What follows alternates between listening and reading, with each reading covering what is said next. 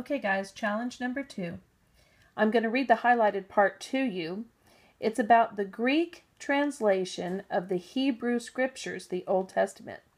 This Greek translation was made in about 250 BC and it is called the Septuagint. Everybody pause the video and say Septuagint 5 times.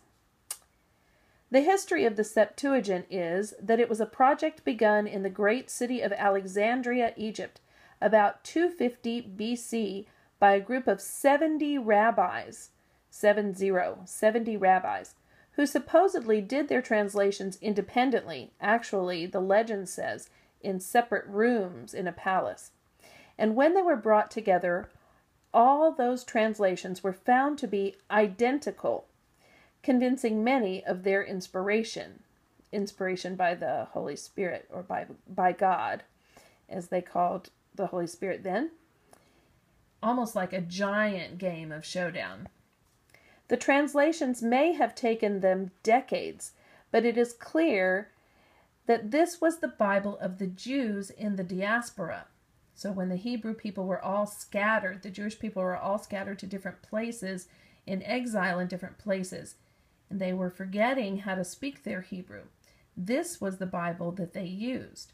It was translated into Greek, the language of the Roman Empire. It was the Bible quoted by Jesus. So Jesus and the apostles in the New Testament quote the Septuagint translation.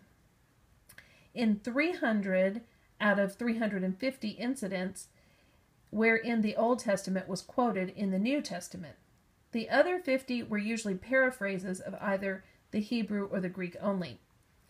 Moreover, it is important to note that at least the Ethiopian Jews, that's in Africa, followed a different canon, which is identical to the Septuagint and includes the 7 deuterocanonical books.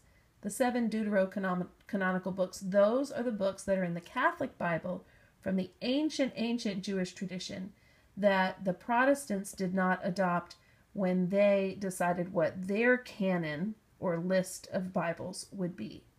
They adopted the newer Jewish tradition instead of the ancient one. Okay, now, a couple of questions. Make sure you write down your answers.